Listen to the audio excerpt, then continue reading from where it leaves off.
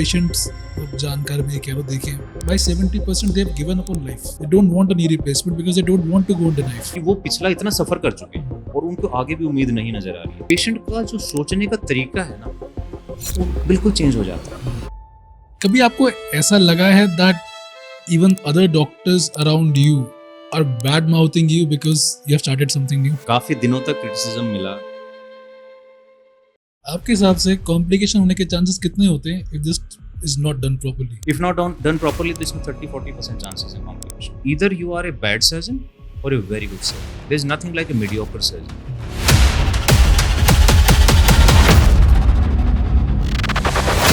और आपकी जो सर्जरी मैंने सुनी है इसके हिसाब से तो बेसिकली इंश्योरेंस भी, इंडेमनिटी इंश्योरेंस भी डॉक्टर के लिए होना बहुत जरूरी है। वो तो मस्ट है।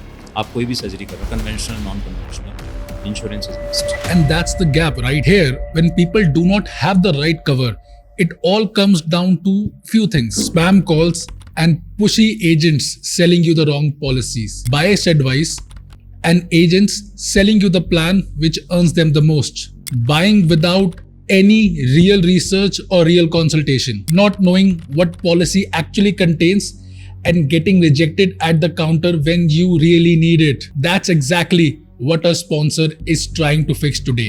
Ditto is a Zerodha backed company. You book a 30-minute free call with an actual IRDAI verified consultant, not a call center, and they actually understand what you really need, what your health problems need, and they provide you a verified solution. They tell you which policy actually fits your problems. No spam ever. There is no pressure to buy. They will even walk you through every fine print, what's covered, what's not covered, and when you actually file a claim, they will help you with the paperwork and everything. All of it completely free.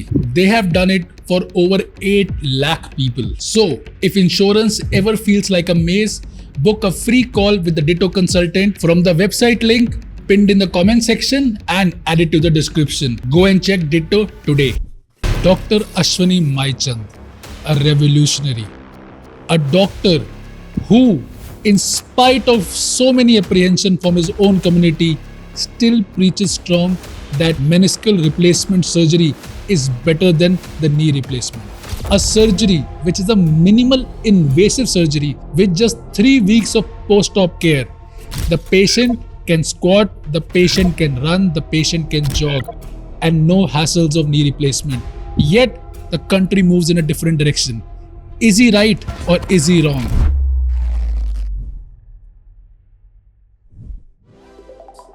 Boss, knee pain. I think in India it is one of the most prevalent problems you can see in youngsters and especially in elderly. You have worked thoroughly in this field. Tell me about it. Nachiket, अगर मैं कहूँ अपनी OPD में around 50% of patients are suffering from knee pain, whether they're young or elderly or middle aged, because of whatever reason. It could be sports injury, it could be degenerative, it could be inflammatory. Source can be variable, but knee pain is the common problem. And second is back pain. So in today's world, people are disabled, people are incapacitated, or I would say they are losing their quality of life because of knee pain.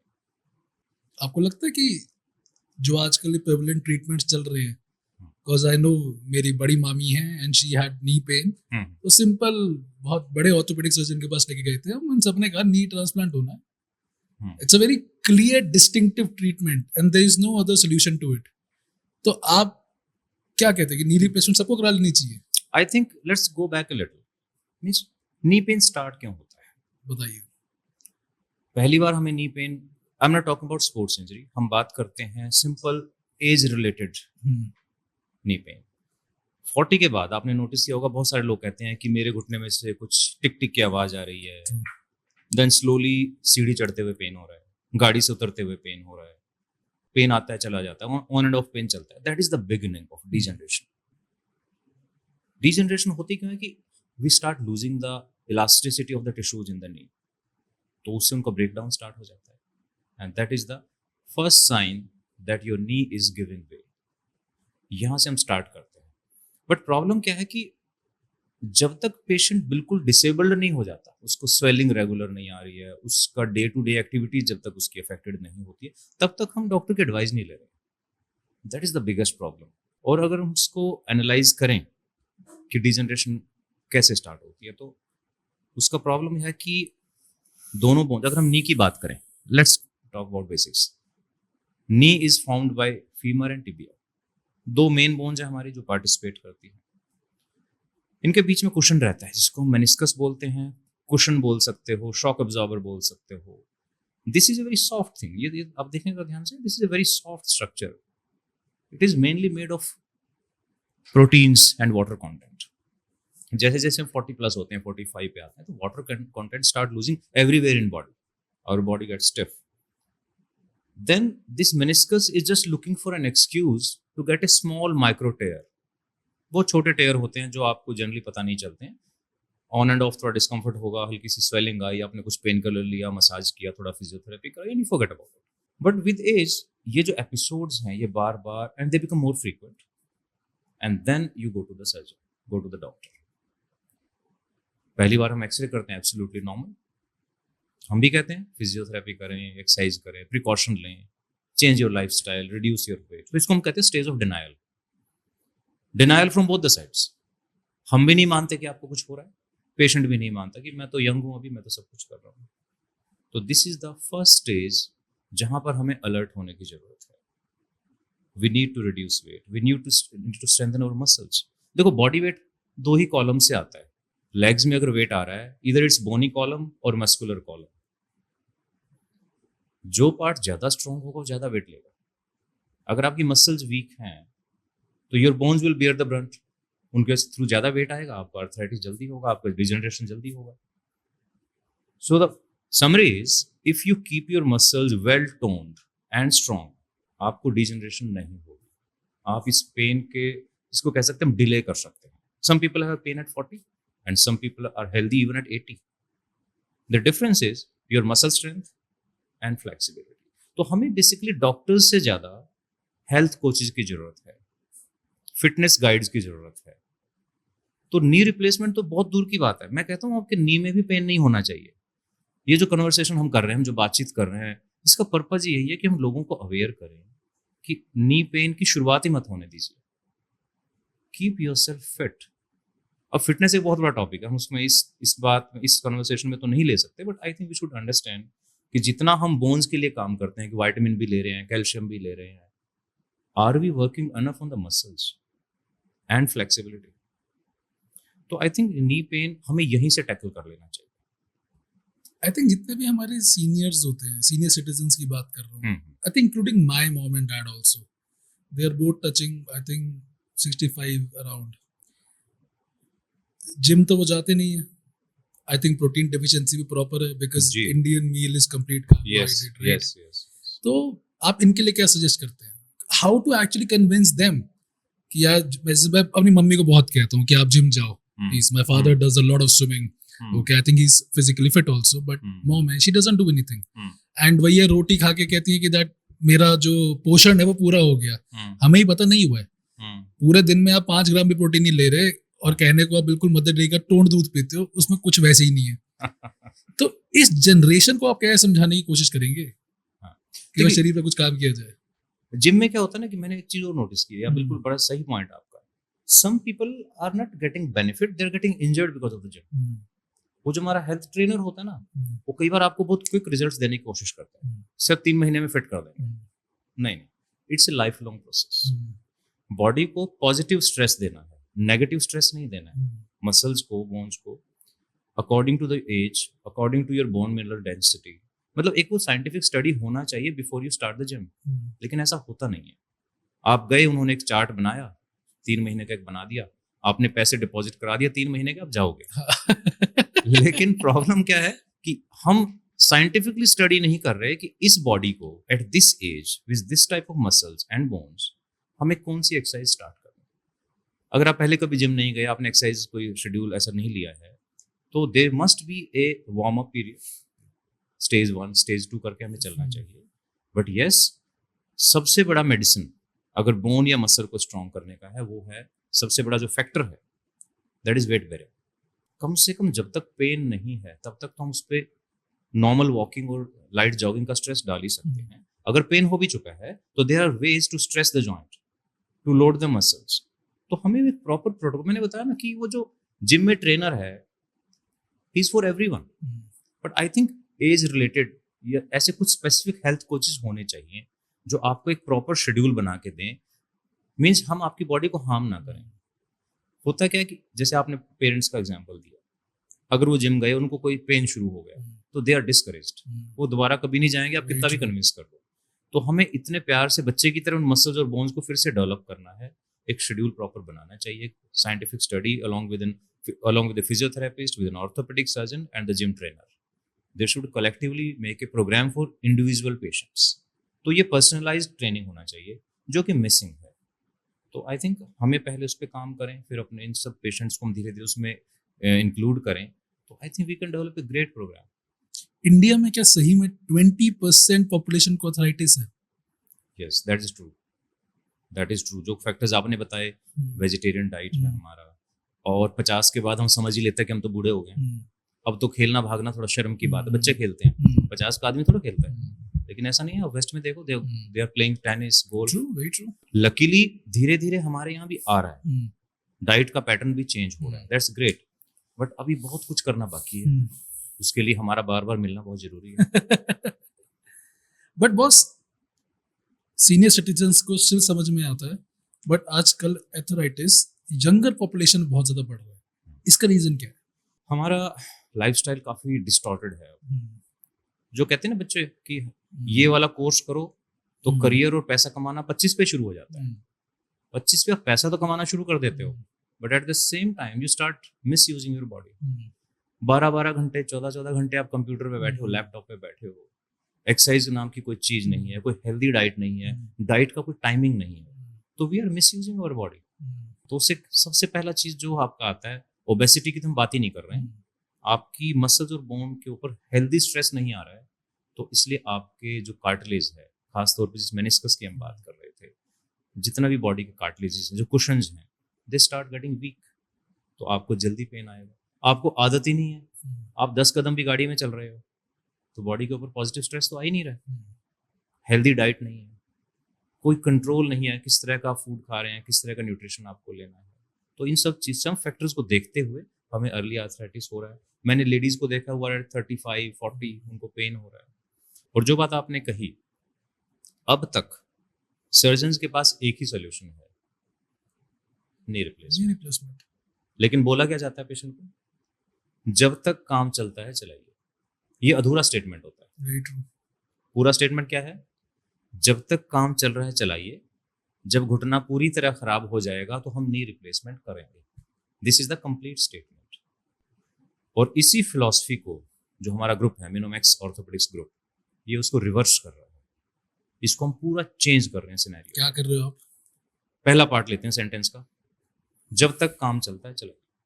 जब तक काम कब तक चलता है, आपको नी में pain शुरू हुआ and till you reach knee replacement it takes around 8 to 10 years। तो मेरा पेशेंट 8 से 10 साल तो दर्द से गुजर रहा है, उसकी क्वालिटी ऑफ लाइफ तो खत्म हो चुकी है। मैंने उसका नीचे बैठना बंद करा दिया, सीढ़ियां चढ़ना बंद करा दिया, उसके जिम बंद करा दी, योगा बंद करा दिया, डांस बंद करा दिया, सब बंद करा दिया है। तो मैंने उसकी क्वालिटी ऑफ लाइफ तो छीन ही लिया। वेट भी कम करना है तो खाना पीना ही बंद हो गया। तो पेशेंट क्या कर रहा है, पेशेंट को मतलब ये एक तरह से हो गया कि हमने आपके घुटने को डेथ सेंटेंस दे दिया, 10 साल आपका केस चलेगा, फिर 10 साल बाद आपको फिनिश्ड, इंश्योरेंस में आके दूसरा लगवा जाओ। दूसरा लगवा जाओ। अच्छा, सेकंड पार्ट कि जब घुटना पूरी तरह खराब हो जाएगा, पूरी तरह खराब क्यों करना है घुटने को? Why not to save the knee and reverse the disease? हमने काम नहीं चलाना 10 साल, हमने पेन फ्री जीना है फ्रॉम डे 1, और घुटने के खराब होने के इंतजार नहीं करना है। We have to preserve the knee, and there are chances if you follow the right advice, you may not need any replacement at all. I think we actually need it. I can tell you with this because of my own experience. My nani has been suffering knee pain for last so many years. Now I can't even remember. ये बड़ी मामी जी हो, my family is big, so जितने भी elderly women especially, so I think 4 of them are suffering knee pain, And every time that they have went to an orthopedician, they have been told a simple thing कि आपको knee replacement कराना है. And with again जैसे आपने बताया ना uncertainty के साथ कि अभी चला लो चल जाएगा, कितना दर्द हो रहा है. लाइफ तो आप उनकी छीन चुकी है, because apart from travelling in a lift you can't climb stairs और एनीथिंग. और बड़ी हैरानी की बात है, I think you are the first person जिसने मुझे बताया कि that there is an alternate treatment also. Yes. Apart from that तो जितने बड़े बड़े कंसल्टेंट्स भी हैं सीधा नी रिप्लेसमेंट कहते हैं.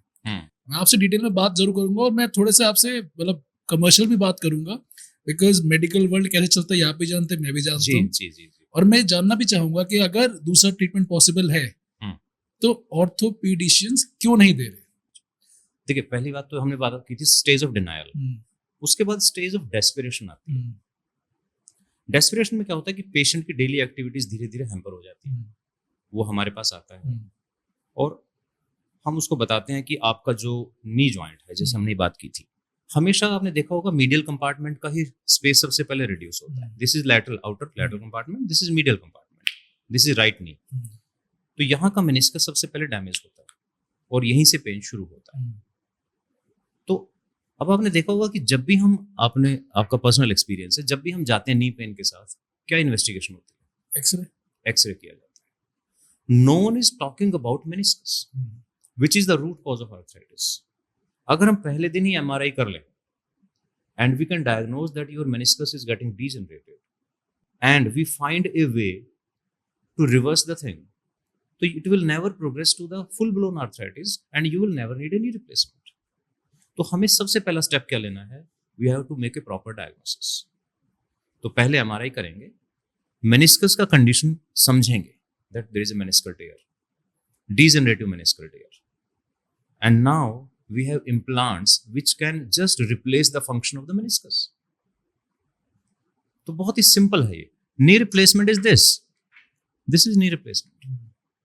But we have implants which can replace the meniscal function. This is such a small implant, tiny implant, very minimal invasive surgery. This is called meniscal bearing implant. ये काफी पुराना implant है वैसे, but India में somehow it is not very popular. But this is the thing which can reverse the disease. मैं reverse क्यों बोल रहा हूँ आपको? जब आपका meniscus खराब होता है, एक तरफ का meniscus जब खराब होता है तो various deformity आ जाती है, bow legs हो जाती है. जैसे जैसे bow legs होती हैं, the lateral compartment starts opening. bow legs तभी बनेगा और बीच में रहता है ACL ligament, anterior cruciate ligament. जितना हम सर्जरी को डिले करेंगे, वो जो कहते हैं ना काम चलना है, वो काम नहीं चल रहा होता, वो आपका ACL स्ट्रेच आउट हो रहा होता है. And at one stage your ACL gets damaged completely. Once the ACL is gone, the only option left is knee replacement. तो अब तक जो हमारा ट्रीटमेंट है वो आपके ACL के डैमेज होने की वेट कर रहा है, so that you can fit into the knee replacement. लेकिन knee replacement के बाद ना तो आप स्क्वाट कर सकते हो, ना आप क्रॉस लेग बैठ सकते हो, ना योगा कर सकते हो. आप पूजा के लिए गुरुद्वारे में जाना है, कहीं भी जाना है, प्रेयर्स करना है, कुछ भी करना है, you can't do it. Rural population है हमारे पास, उनके पास तो वेस्टर्न कमोड ही नहीं है, दे कांट स्क्वाट. तो हमने पेशेंट की कितनी सारी चीजें तो पहले ही छीन ली थी और नी रिप्लेसमेंट के बाद भी हमने सिर्फ पेन रिलीफ किया है, पेशेंट को कोई मूवमेंट्स में लिबर्टी नहीं दी है. But if I replace only the meniscus, patient can squat, patient can sit cross leg, yoga, jogging, swimming, means they can enjoy life with a natural knee. जब मैं नी रिप्लेसमेंट करता हूं तो मुझे सारे लिगामेंट्स और मेनिस्कस हटाने पड़ते हैं. But in meniscus replacement I am not touching anything, I am keeping the knee natural. तो अगर हम स्टेज 1 पे ही इसको पकड़ के मेनिस्कस टेयर को और उसको रिप्लेस कर दें, तो पेशेंट को अगले 15 से 20 साल तक कोई जरूरत ही नहीं है नी रिप्लेसमेंट की. डॉक्टर्स क्यों उसको प्रिस्क्राइब नहीं करते? This is a very, I would say very highly skilled surgery. ऐसा नहीं है कि कर सकते हैं, बिल्कुल कर सकते हैं. It has a steep learning curve, it needs more time in OT. जितनी देर में मैं एक मेनिस्कस सर्जरी करता हूँ, I can do 3 knee replacements. कितना लगता करने में इसको? It takes about 1.5 hours. Knee replacement में around 25-30 minutes. तो ये सबसे बड़ा कंस्ट्रेंट है. मींस मेरे पास एक लिमिटेड टाइम है ओटी में, मेरे पास लिमिटेड नंबर ऑफ डेज है प्रैक्टिस करने के लिए. Number of surgeries will drastically reduce if I start doing the meniscal replacement surgery. So basically आप कह रहे हैं कि doctors all over India are choosing to replace the knee rather than save the knee. yes, which is very unfortunate. अगर हम early stage पर इसको कर ले, Isn't that unethical? I won't say it is unethical. It is like what suits me best, what suits my practice best. Patient selection criteria is very strict. इसमें आपका ACL intact होना चाहिए. तो कई बार तो डॉक्टर भी मजबूर हैं. पेशेंट आता ही तब है मेरे पास जब ACL ऑलरेडी डैमेज्ड होता है. अब इसमें एक्चुअली डॉक्टर की बजाय पेशेंट का जो इनिशिएटिव है वो ज़्यादा जरूरी है. हमें पेशेंट को एजुकेट करना है कि you can be operated at stage 1 when your ACL is intact. लेकिन जब तक हम उनका MRI नहीं कराएंगे, वो प्रोसेस ही शुरू नहीं करेंगे, तो पेशेंट को तो पता ही नहीं चलेगा. तो अवेयरनेस की कमी है. डॉक्टर्स तो करेंगे, डॉक्टर्स करना भी चाहेंगे, minimal invasive procedure with maximum benefits. Doctor क्यों नहीं करना चाहेंगे? लेकिन हमें पहले एजुकेट करना है पेशेंट को that your knee can be saved. तब पेशेंट डिमांड करेगा कि हाँ मुझे भी ऐसी प्रोसीजर चाहिए, मेनिस्कस रिप्लेस करिए, मेरा नी रिप्लेस मत करिए. Then more doctors will be inclined to do this surgery. This is another way of doing it. First educate the patient, show the benefits, then doctors will do it. More doctors will get trained. लेकिन first hiccup यही है कि it is a longer surgery, difficult surgery, less forgiving surgery. तो इसलिए हमारी तरफ से initiative नहीं है, डॉक्टर्स की तरफ से. एक बार डॉक्टर कम्युनिटी को, ऑर्थोपेडिक सर्जन्स को इनिशिएटिव लेना पड़ेगा. Yes, we should promote this surgery. I think मैं आपकी बात से बिल्कुल अग्री करता हूँ कि that doctors need to start promoting this, because the problem is this only कि कोई डॉक्टर पेशेंट से ये बात ही नहीं करता कि आपकी नी बच भी सकती है. एग्जैक्टली. आप जैसे नी ट्रांसप्लांट कहते हो तो एक तो पेशेंट की वहीं पे फट लेती है, पेशेंट भाग जाता है.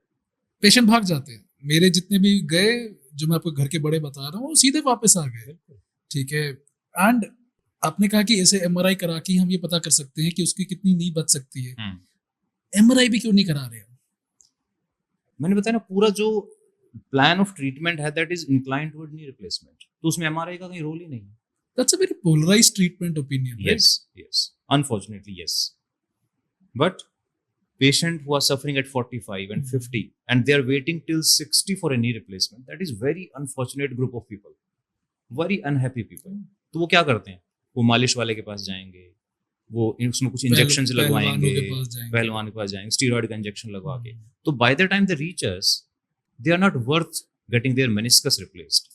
वो इतना खराब हो चुके होते हैं कि उनको नी रिप्लेसमेंट ही करना पड़ता है. डॉक्टर्स के पास भी ऑप्शन नहीं बचता. Let's talk about one more dirty thing here. Hospitals के लिए ये ROI वायबल तो बन नहीं रहा. Because it needs more OT time. It's more for the same amount of revenue. Yes. तो फिर भी let's suppose this is a better line of treatment, फिर भी हॉस्पिटल इसे क्यों अब्सॉर्ब करेंगे? I think there must be someone who is obsessed with it just like us, who are more patient centric than revenue centric. थोड़ा सा sacrifice तो करना पड़ेगा for the patient's benefit. आपको लगता है कॉर्पोरेट्स पैसा छोड़कर पेशेंट को थोड़ा सा वैल्यू देंगे? It will be difficult, but once the demand is created, then I think no one will be able to stop it. It has to. कितने लोग कर लेते हैं पूरे देश में अभी वाली surgery? I can't say exactly, but very few people are doing it. Very few people are doing it nicely because this is a surgery. As I told you, it is unforgiving surgery. अगर आप model इसका देखें, दिखाइए please. ये देखिए. This is the model. This is a floating structure.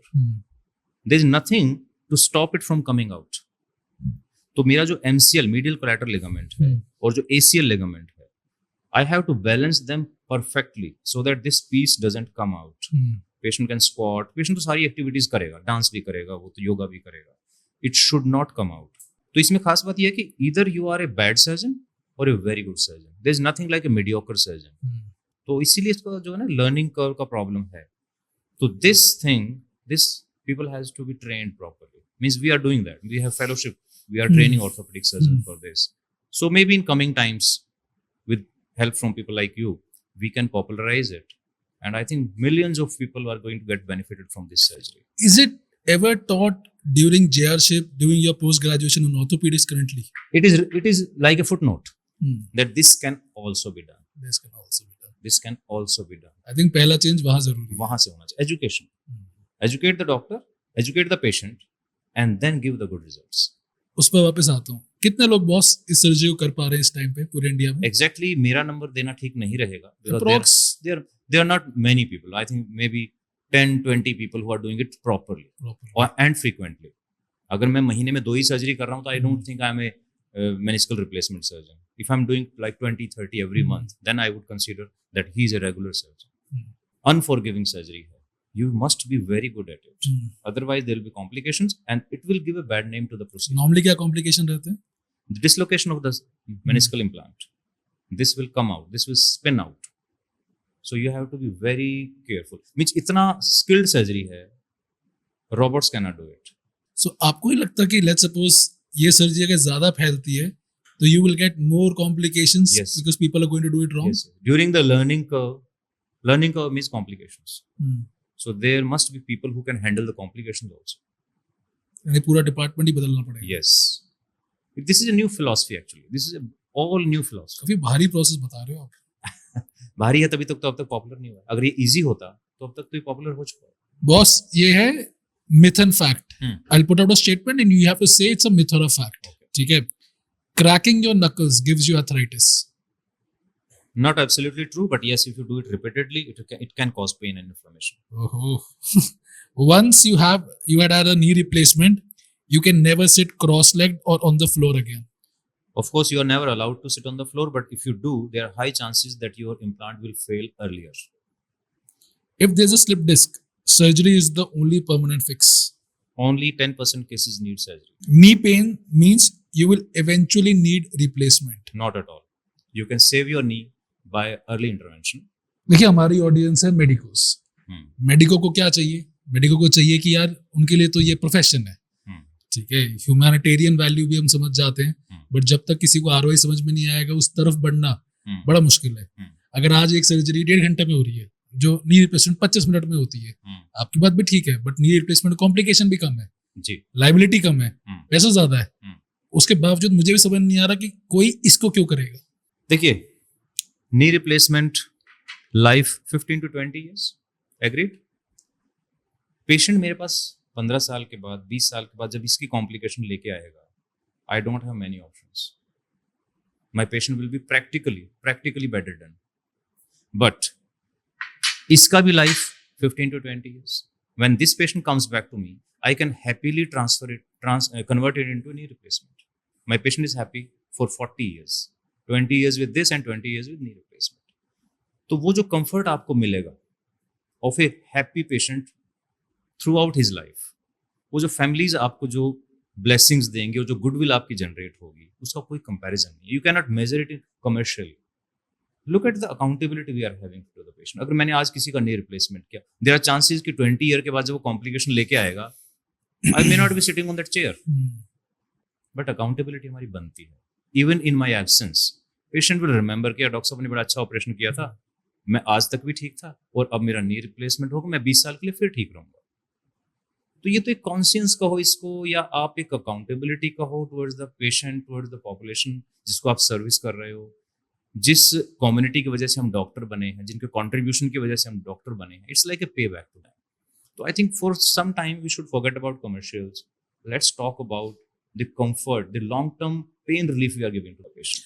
आपके हिसाब से कॉम्प्लिकेशन होने के चांसेस कितने होते हैं if this is not done properly? If not done properly तो इसमें 30-40% चांसेस हैं complication as compared to knee replacement. Knee replacement is a forgiving surgery for the doctor, not for the patient. Patient को तो हम सब ligament काट रहे हैं, मेनिस्कस भी हटा दिया हमने, तो पेशेंट के पास तो it's like a point of no return. Once his knee replacement gets complicated, there is no point of return. इसमें अगर complication है, you can easily convert it to knee replacement. You can easily do it again. इसमें that way it is forgiving कि patient को कोई नुकसान नहीं किया हमने, उसके लिगामेंट्स इंटैक्ट हैं, उसका मेनिस्कस इंटैक्ट है, उसकी मसल्स इंटैक्ट हैं. It's a minimally invasive surgery. Complication होगा, but it can be easily taken care of. And for somebody to learn this level of surgery, what's the time period that you recommend? I think at least 2 years of experience with someone who is doing it regularly. If you are doing knee replacements already, it will be easier for you to learn rather, because you are well aware of the anatomy and the physiology of the knee. So I think you should work with someone who is doing it regularly first. अगर मैं let's suppose आपकी fellowship होती है, right? Fellowships होती है. आपकी fellowship में आप कितना हैंड्स ऑन देते हैं और किस स्टेज पे देते हैं? हम देते हैं आफ्टर 3 months. हमारे पास फेलोशिप है, 2 कंपनीज का मेजर फेलोशिप हमारे पास है, तो 3 months तक हम ऑब्जर्व करते हैं, उनको पढ़ाते हैं, टीच करते हैं, क्योंकि देखो it's all responsibility. We don't want any complication. Complications. पहले उनको एक स्टेप देते हैं, फिर 2 स्टेप्स देते हैं, ऑलवेज अंडर सुपरविजन। कई बार हम उनको क्लोजिंग वाले स्टेप्स देते हैं, कई बार इनिशियल वाले स्टेप्स देते हैं। तो इससे न्यू प्रोसेस, पूरा प्रोसेस बच्चा सीख रहा है, तो उनको प्रॉपर्ली ट्रेन करना तो है, ताकि वो हमारे पास भी कॉम्प्लिकेशन ना करें, और जब फील्ड में अकेले इंडिविजुअली ऑपरेट करेंगे तब भी कोई कॉम्प्लिकेशन ना हो। एक प्रॉब्लम और है, the knee replacement lobby, the product people, everybody, इतना टाइट लॉबी बन रखी है ये कि इसको ब्रेक करना भी अपने में एक बहुत बड़ा टास्क होगा। अच्छा काम जब होगा और अच्छे रिजल्ट आएंगे ना, कोई नहीं रोक सकता। क्रांति क्रांति तो लानी पड़ेगी to reduce the patient suffering. Knee replacement से पहले भी पेशेंट सफर कर रहा है 10 साल, और उसके बाद भी सफर कर रहा है because of lack of quality of life. हम ये सर्जरीज जान बचाने के लिए थोड़ा ना कर रहे हैं, ये सारी सर्जरीज रिप्लेसमेंट है या कुछ भी है, हम पेशेंट्स की क्वालिटी ऑफ लाइफ को इंप्रूव करने के लिए कर रहे हैं। लेकिन नी रिप्लेसमेंट में 10 साल तो आप पेनफुल वेट कर रहे हो, उसके बाद भी आप सारा कुछ नहीं कर पा रहे हो, and after 20 years when the knee replacement is worn out, तब भी कोई ऑप्शन नहीं। तो इट्स लाइक होपलेस सिचुएशन। हम उससे पेशेंट को होपफुल बना रहे हैं। डे 1 से आपका pain free, all movements allowed, and whenever after 20 years or 15 years, whenever you want to convert to knee replacement, fine। 50 पे knee replacement बनता नहीं, 70 प्लस पे it's okay, still acceptable। That is the whole concept। I think majorly मैंने जो patients अब जानकार में कह रहा हूँ देखे, by 70% they have given up on life.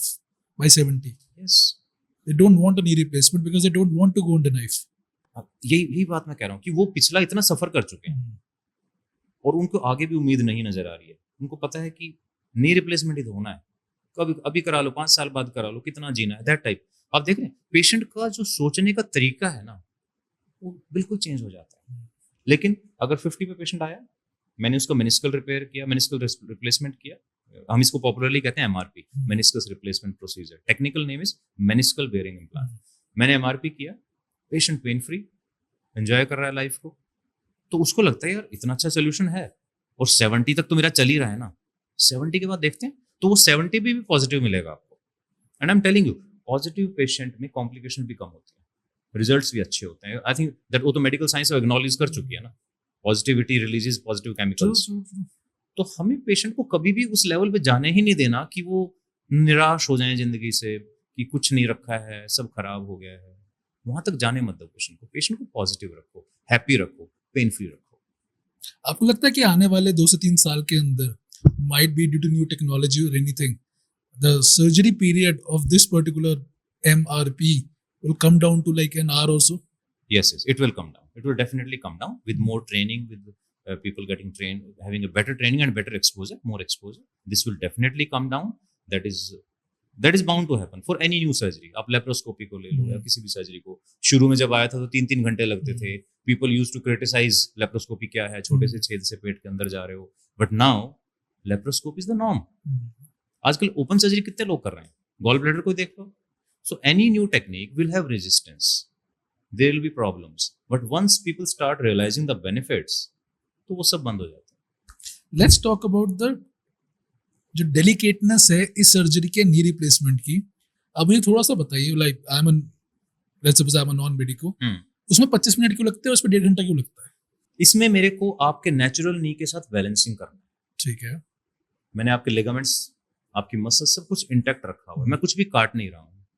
तो मुझे जो भी चीज डालनी है, it should match with the biomechanics, natural biomechanics. Knee replacement में क्या है कि मैंने आपका सब कुछ तो हटा दिया, लिगामेंट्स हटा दिए, मेनिस्कस हटा दिया, मसल को भी कट करके साइड में कर दिया है। तो मेरे को किसी बायोमैकेनिक्स के मैच नहीं करना है, मुझे सिर्फ एंगल, आपका प्रॉपर एंगल चाहिए बस। तो मुझे कुछ बैलेंसिंग तो करना ही नहीं है। I have to put a new product जिसकी अपनी बायोमैकेनिक्स फैक्ट्री से ही डिसाइडेड है। तो मुझे को दिमाग ही नहीं लगाना है इसमें, इसको सिर्फ पुरानी चीज की जगह नई चीज लगानी है। बट उसमें मैं आपके नेचुरल नी को प्रिजर्व कर रहा हूँ। And if my implant is not matching with your biomechanics, it will not give you pain relief, it might dislocate, it might be uncomfortable for you. So that's why it's a very fine surgery. तो इसको हम कहते हैं handmade surgery. इसको तो robot भी कर लेता है नी रिप्लेसमेंट को। This meniscal replacement is always non robotic. Partial knee के टाइप्स होते हैं बेसिकली, जो नॉर्मली पार्शियल नी होता है। I am just show you the difference. देखिए how a meniscus works. meniscus is a floating structure. It is not fixed to tibia or femur. तो मैं जो आपको मॉडल दे रहा हूँ, it is working just like a meniscus. It's floating. जो partial knee, which is a very simple and straightforward surgery, वो क्या होता है कि उसमें जो ये insert है, जो प्लास्टिक है, it is fixed to tibia. You see, this is a huge difference जो बहुत लोगों को पता नहीं है. इसमें मेरा जो insert कहते हैं हम इसको, insert is fixed to tibia. So it is sliding friction. It will fail in 5 years. तो ये partial knee is very unpopular, and it is the most commonly done partial knee because it is easier to do. लेकिन patient को सिर्फ 5 साल benefit मिलेगा, फिर वो knee replacement कराएगा. अब 5 साल के बेनिफिट के लिए मैं सर्जरी तो नहीं कराऊंगा. तो I have to give you something which works like a meniscus. Doesn't just look like a meniscus. It should work like a meniscus. It should be floating. It should be sliding. It should be rotating. तभी ये 15 से 20 साल चल पाएगा, because now the friction is less. Ball bearing वाला है ये. Ball bearing होता है तो फ्रिक्शन कम हो जाता है, तो इसीलिए इसका टेक्निकल नाम है meniscal bearing. What's the recovery period post this? As compared to knee replacement, half, less than half. Knee replacement में आपको 2-3 months लगेगा, फिजियोथेरेपी चलता रहेगा, which is generally very painful. इसमें just 3 weeks. 1 month में तो हम ड्राइविंग अलाउ करते हैं, जॉगिंग अलाउ कर देते हैं, बेसिक एक्टिविटीज सब पेशेंट कर लेता है, and with in weeks patient can sit cross legged. तो ये बहुत बेनिफिट है इसका, क्योंकि आपका नी तो नेचुरल है, बिल्कुल हमने कुछ डिस्टर्ब ही नहीं किया. आप टेनिस देखते हैं ना, तो खेलते भी हैं. खेलते हैं. आई थिंक नोवाक जोकोविच got the same surgery done before last year's Wimbledon. I think he had some meniscal repair. Okay, ये भी 3 टाइप्स ऑफ सर्जरीज है, मैं थोड़ा सा वो भी एक्सप्लेन कर देता हूं. One is meniscus repair, one is meniscus transplant, and this is meniscus replacement. Okay. Repair means कि आपका टेयर हुआ, हमने आर्थ्रोस्कोपिकली अंदर गए, उसमें स्टिच लगा दिया. That is repair. Transplant is which is very uncommon and a very, I would say, unsuccessful surgery कि हम कैडिवर से लेके meniscus लगा रहे हैं, स्टिच कर रहे हैं. It is not very popular. There are high chances of infection and failure. And this is meniscus replacement. We are putting an implant inside which works like a meniscus.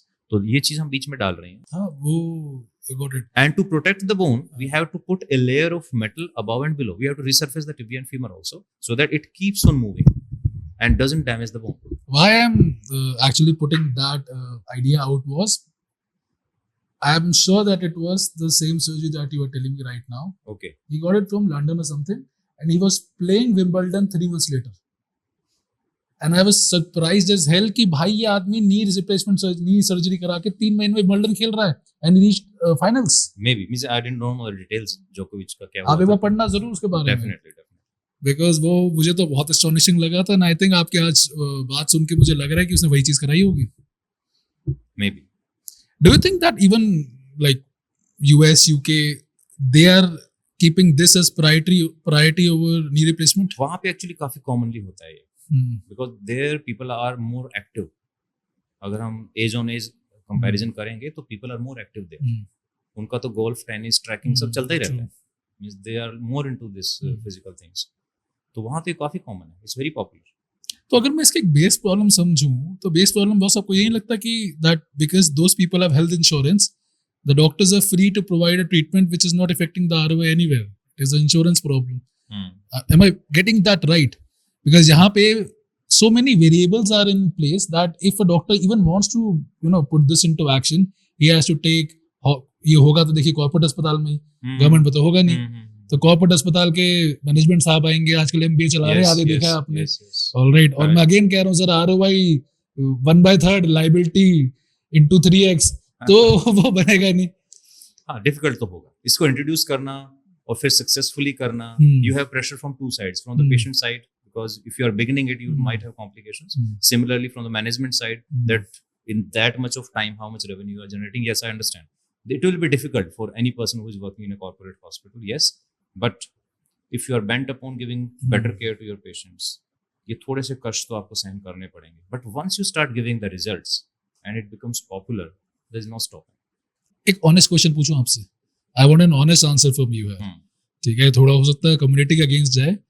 I am sure आपने ये जितने आप object लग रहे हो मुझे इससे, I am sure आप अपने पीएस से भी बात करते होगे और उनकी अपनी एक थिंकिंग होती होगी. आप उनसे जब वार्तालाप करते हो तो वो कैसे जाता है? सही बताऊं तो जब से मैंने शुरू किया वार्तालाप बंद हो गया. Yes, that is true. Because I understand so many. That's an honest answer. Yes, yes. Means so many of my colleagues are dependent only on knee replacement, and which is very unfortunate part. Orthopedics अब 80% knee replacement हो गया. Rest of the surgeries are forgotten. पहले हम polio surgeries करते थे, cerebral palsy surgeries, deformities की बातें करते थे, टेक्स्ट बुक में क्या क्या लिखा होता है. अब ऑर्थोपेडिक्स का मीनिंग रह गया knee replacement, which is bad for the future. आप देखेंगे नीट पीजी में ऑर्थोपेडिक्स बहुत नीचे चला गया है for the same reason. Orthopaedics has become monotonous. Knee replacement सीख लो, बाकी कुछ सीखने की जरूरत ही नहीं. और नी रिप्लेसमेंट ज्यादा करने के लिए मार्केटिंग करो. Orthopedics is nowhere in the scene, which is a very unfortunate and sad situation for the subject.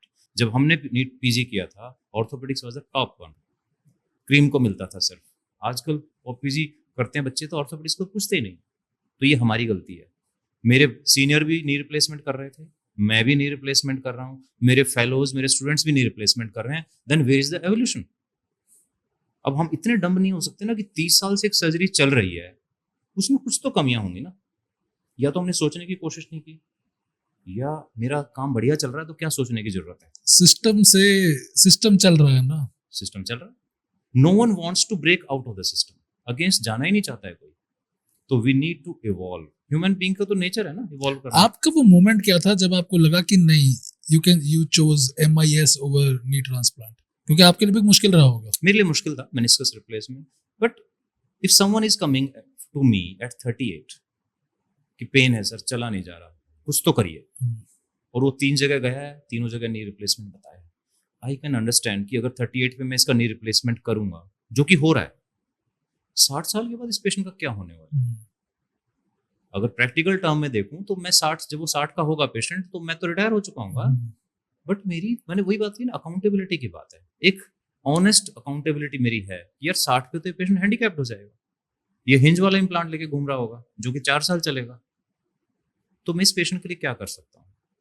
अगर मैं मेनिस्कस रिपेयर करता हूँ उसकी, तो वो फेल हो जाएगा, क्योंकि 40-45 के बाद जब भी हम मेनिस्कस रिपेयर करते हैं वो इनवेरिएबली फेल हो जाते हैं, and they patient come for second surgery. HTO वगैरह बहुत सारी प्रोसीजर बताते हैं, but they are not working.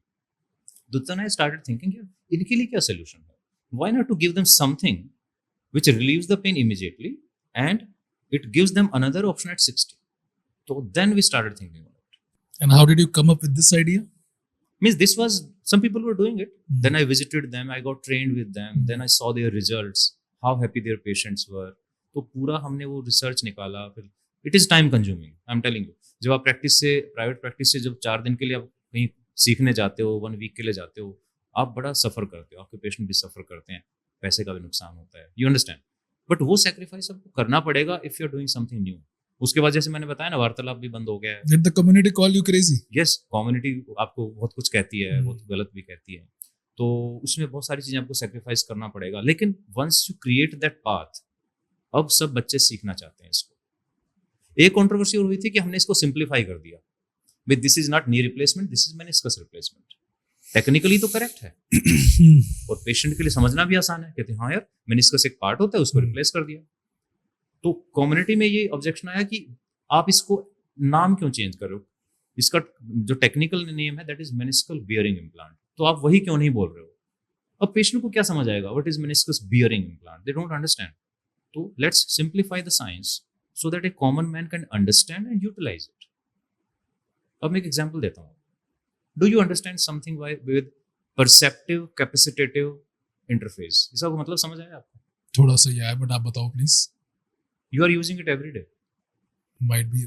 क्या होता है बताओ. देखो ये टेक्निकल नेम है. अब मैं इसका सिंपल नेम बताता हूँ, टच स्क्रीन. ओके. जब तक मैं साइंस को सिंप्लीफाई नहीं करूंगा, एक आम आदमी उसको यूज नहीं कर पाएगा. So that is the reason हमने इसको नाम रखा MRP, meniscus replacement procedure. Now people understand it, they are inquiring about it, and they are using it. They are using it. Yes, लोग आ रहे हैं पूछने के लिए, सर MRP कराना है. वो कभी भी meniscal bearing implant नहीं बोल पाएंगे, ना समझ पाएंगे. तो ये हमारा काम है. कभी आपको ऐसा लगा है that even other doctors around you are bad mouthing you because you have started something new? We suffered a lot. Means नहीं, that- I want you to give me a blunt answer because I want Yes. to tell other people also because sir देखो, आप चाहते हो ये चीज आगे बढ़े तो जो लोग आपके पीछे सुनकर आएंगे उनको कम्युनिटी क्रेजी कहेगी, बिल्कुल कह उनको रहे हैं। सपोर्ट चाहिए होगा काफी- कि आपने कैसे बढ़ा दिया तो वो भी बढ़ेंगे आगे साथ में. काफी दिनों तक क्रिटिसिज्म मिला बिकॉज हाँ. I was the first person in this segment, पर मुझे ये उम्मीद है कि जो भी सेकंड और थर्ड पर्सन आएंगे उनको वो क्रिटिसिज्म फेस नहीं करना पड़ेगा. I will make sure of that by giving good results. They will be supported by good results. तो मेरे पीछे जितने भी लोग आएंगे, जितने भी नए ऑर्थोपेडिक सर्जन आएंगे, उनको क्रिटिसिज्म नहीं झेलना पड़ेगा. I will make sure of that. How did you convince your first patient for MIS? Means अगर मैंने पेशेंट को बताया कि देखिए मैं आपका नी रिप्लेसमेंट नहीं कर रहा हूँ, मैं आपको ये फ्रीडम दे रहा हूँ, you will recover fast, there is no blood loss, तो टेक्निकली आप पेशेंट से पूछे कहते सर अच्छा ऐसी कोई चीज़ होती है, but they couldn't believe it. जब रिजल्ट आने लगे फिर दैट कम्युनिटी गॉट बिगर. वो पेशेंट आपस में भी बात करते हैं. आजकल तो आपको पता ही व्हाट्सएप है, सब कुछ ग्रुप्स बन जाते हैं, सब दे शेयर ईच अदर्स एक्सपीरियंसेस. तो पहले कुछ पेशेंट्स में हमें डिफिकल्टी आई, फिर नेट पे हमारी कम्युनिटी के लोगों ने भी काफ़ी obviously naturally because this is a new thing, तो दे वर वेरी सस्पिशियस और स्केप्टिकल अबाउट इट कि क्या होगा, कैसे रिजल्ट आएंगे. तो पेशेंट भी देखता है मीडिया में क्या चल रहा है. तो it was difficult. First patient, first 100 patients were difficult. लेकिन जो 100 पेशेंट्स का रिजल्ट वापस आए and they went about in the market, in the community as our ambassadors, then things became cooler. फिर हमारे कम्युनिटी के लोगों ने एक्सेप्ट किया कि हाँ ये काम अच्छा हो रहा है. Now people are coming to us for learning it. तो डिफिकल्ट तो होता है, नया काम क्रांति डिफिकल्ट तो होती है. मुश्किल तो होता है. आपकी बहुत एज क्या थी जब आपने वो MIS का कोर्स किया? मैं एक हाइपोथेटिकल बनाऊंगा. It was just 3 years back. 3 years back कितनी होगी? 52. सो लेट्स अज्यूम कि एक आज के दिन पे जब भी कोई बंदा पीजी करके आता है ऑर्थोपेडिक्स की, so normally they tend to go for knee replacement की fellowship. जी जी. Today we propose this idea that go for MRP की fellowship. Meniscal replacement. Alright. Now when the person comes out, बस आपकी तो चलो 52 है, you are a senior guy, yes. you have your own opinion. Hmm. But एक जब नया लड़का या लड़की बीच में आता है ना, तो देखो सर ना भी तो कोई हैसियत है ना ओपिनियन की वैल्यू है. अगर वो MIS कहेगा भी और साथ वाले 10 बंदे सपोज नी रिप्लेसमेंट कहेंगे तो लोग उसे ही पागल कहेंगे. उस टाइम पे आपकी क्या सलाह है उस बंदे को कि how to counteract these the things that people are saying about you and put that treatment ahead to the patients? देखो आज जब भी आपको नई चीज़ सीखना चाहते हैं आपको ज़्यादा मेहनत करना पड़ेगा. आपको सेंटर्स भी कम मिलेंगे जहाँ पे आप ये ट्रेनिंग कर सकते हो, क्योंकि आप कहीं पे ट्रेनिंग करने जा रहे हो और महीने में 5 ही सर्जरी हो रही है तो कोई ट्रेनिंग नहीं हो रही. अगर दिन में 10 हो रही है तो then it is a training. तो पहले तो आपको सेंटर चूज करने में मुश्किल आएगी. लेकिन एक बार जब आपने वो चीज़ सीख ली, एक होता है ना एलियनेशन कि आपको अलग कर दिया, उसका दूसरा मीनिंग होता है एक्सक्लूसिविटी. इट्स ये एक ही कॉइन के दो पहलू हैं. एलिनेट करेंगे लोग आपको कि ये कुछ नहीं है, बेकार है, ये प्रोसीजर खराब है, ऐसा कुछ नहीं होता है, दैट टाइप. लेकिन जिस दिन आप रिजल्ट देंगे तो पेशेंट के लिए आप एक्सक्लूसिव हो जाओगे, भाई वही आदमी कर रहा है, तो पेशेंट आप ही के पास आएगा. But provided your training is good, आपकी डेडिकेशन होना चाहिए. कुछ फेलियर्स भी आएंगी, उसको एब्जॉर्व करने की ताकत भी होनी चाहिए. But once you are through that critical phase, then you no one can stop you. वो हमने ऑब्जर्व किया. कौन से सेंटर बेस्ट है for fellowship in MRP? MRP में बहुत ज़्यादा लोग कर नहीं रहे हैं. मैं तो कहूँगा पहले तो हमारे सेंटर सबसे अच्छा है, बहुत अच्छा है. And we have fellowship by 2 companies, 2 international companies, और we invite fellowships. 6 monthly training रहता है, तो बच्चों को हम प्रॉपर ट्रेन करते हैं. बट अब slowly I think people will get more number of MRPs and different centres. तो आई थिंक अब ऑप्शंस ओपन हो जाएंगी. It will just matter of 2-3 years. कोई और करा रहा है भी या फेलोशिप नहीं, कोई और इसमें कराई कोई नहीं? फेलोशिप नहीं करा रहा है अनफॉर्चुनेटली, अभी तक नहीं हो रहा. एंड अब्रॉड To में my कोई अच्छे? knowledge. अब्रॉड में कोई अच्छा सेंटर? हाँ, यूके में कुछ सेंटर, यूरोप में तो कई सारे सेंटर्स हैं, जर्मनी में कुछ सेंटर्स हैं, तो वहाँ पे आप कर सकते हो. वहाँ पे काफ़ी कॉमनली होता है. रैपिड फायर खेलते थोड़ा सा. इंडिया और Germany, which is the best to practice? India. India और Germany, best place to live? Always India. Most overrated orthopaedic procedure? PRP. One surgery people get far too often? Knee replacement. Yes. Open surgery or robotics 10 years from now? MIS surgery with or without robotics. Do you think AI will be able to do this surgery in the upcoming 10 years? AI can help us taking decisions, But exactly doing the surgery with the same quality as a human hand, not possible. Comfort food after 12-hour OT day. Only proteins. What's your favorite protein? No, you're very fit for, I wish you're seeing 55 right now. You're looking very, very fit. I'm a vegetarian, so you can understand what proteins Paneer? are available. I'm also vegetarian. One thing every patient should do before agreeing to surgery. They must have a clear vision, clear thinking about their disease, about their diagnosis, and post-op care. If means हम तो कहते ही हैं स्वस्थ रहो, समर्थ रहो, स्पष्ट रहो. Unless you have a clear idea about your disease and treatment, you cannot expect a good result. That is your duty as a patient. One thing that frustrates you the most about your patients. Frustrates me. Okay, means these days they take so many opinion from Google. Taking opinion from a doctor is still okay. Means it's their duty. It should be done. If I'm a patient, I also take multiple opinions. But taking blind opinion from Google, just from AI, it actually clouds their decision making. It also makes my job difficult to make them reach a particular decision. It's difficult for us. So that is very frustrating. Second, post-operatively, many patients are not sincere about their physiotherapy, muscle strengthening, and nutrition. Third, alcohol and smoking. In spite of telling them 100 times, please stop it. It is not good for their recovery and healing part. They still keep on doing it. One skill you believe should be absolutely taught in the medical college. Patient counseling. True. Communication. कोशिश होती है लेकिन I think India doesn't believe in communication. Doctors tend to be very, very rude. कई बार हम surgeon बहुत अच्छे होते हैं, बहुत अच्छा काम कर रहे होते हैं, but that communication is lacking. उस वजह से बहुत लोग कहते हैं कि यार हम काम अच्छा कर रहे हैं, हमारी प्रैक्टिस बहुत अच्छी डेवलप नहीं हो रही है. That is the problem. Communication दो जगह काम करता है. One, in convincing the patient. Second, handling the family after a complication. Complication तो होंगी, काम करोगे तो कॉम्प्लिकेशन होंगे, इट्स पार्ट ऑफ इट. लेकिन कैसे उसको कम्युनिकेट करना है, कैसे फैमिलीज को सेटल करना है, कैसे उनको सपोर्ट करना है. If that is lacking, then one complication will hit you so hard कि अगली बार आप वो प्रोसीजर अटेम्प्ट ही नहीं करोगे. So that will be a roadblock to your practice.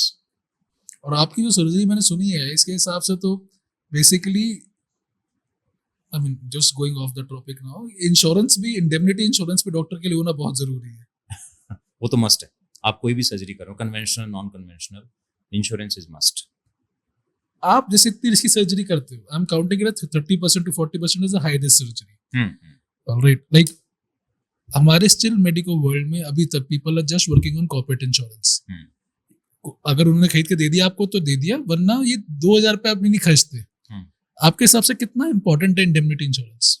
100% करना ही चाहिए. इंडेमनिटी इंश्योरेंस तो करना ही करना है आपको. आप कोई भी सर्जरी कर रहे हो, even if you are not operating, आप ओपीडी प्रैक्टिस भी कर रहे हैं, तो भी आपके पास इंडेमनिटी इंश्योरेंस होना चाहिए. आपके प्रिस्क्रिप्शन में भी कमियां निकल जाएंगी. आपके ऊपर लिटिगेशन तो कभी भी हो सकता है. Anyone could be recording your conversation कि आपने ऐसा बोला था. उस पे भी आपको लिटिगेशन कर सकते हैं. सर्जरी करने की जरूरत नहीं है लिटिगेशन के लिए. मतलब मैं बहुत बार कहता हूँ, क्योंकि आपसे मैं कॉम्प्लिकेशन समझ रहा था तो मुझे था कि ठीक है यार बच्चों पे होना चाहिए, but people are not taking it seriously. It is the most serious thing. और आगे आने वाले टाइम में तो आपको लिमिट्स भी अपनी बढ़ा लेनी चाहिए, क्योंकि अब आगे आगे क्लेम्स भी बहुत हैवी होने वाले हैं.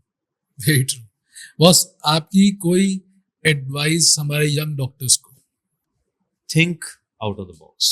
जो चल रहा है बहुत अच्छी बात है, हम अपने टीचर से सीखते हैं. हम आज यहाँ हैं बिकॉज ऑफ आवर टीचर्स. उन्होंने जो सिखाया है. लेकिन ऐसा कभी नहीं हो सकता कि कोई भी चीज़ गोल्ड स्टैंडर्ड हो. गोल्ड स्टैंडर्ड कुछ नहीं होता है. अगर मान लो कोई सर्जरी बहुत अच्छी है, उसको भी इम्प्रोवाइज किया जा सकता है. और अगर कोई सर्जरी एवरेज है, उसको मॉडिफाई करके हम नया कर सकते हैं. So always think about innovation, communication, and strengthen your knowledge. का तो कोई कंपैरिजन नहीं, कोई लिमिट नहीं है. Keep on learning. किसी से भी सीख लो, सीनियर से सीख लो, जूनियर से सीख लो. मैंने ड्रेसिंग करना एक सिस्टर से सीखा था. उसने मुझे बताया कि माइक्रोपोर कैसे लगाया जाता है, कैसे अच्छे से पकता है. किसी से भी सीख सकते हो. Keep learning. Dr. Ashwini, thank you so much for your honest conversation. This was an outright eye-opening conversation which states so many things we never knew. Comment your thoughts about it. Is he right or is he wrong? Your valuable comments can actually inspire every budding orthopedician in our country. Share it with someone who still thinks there is no alternative to knee replacement.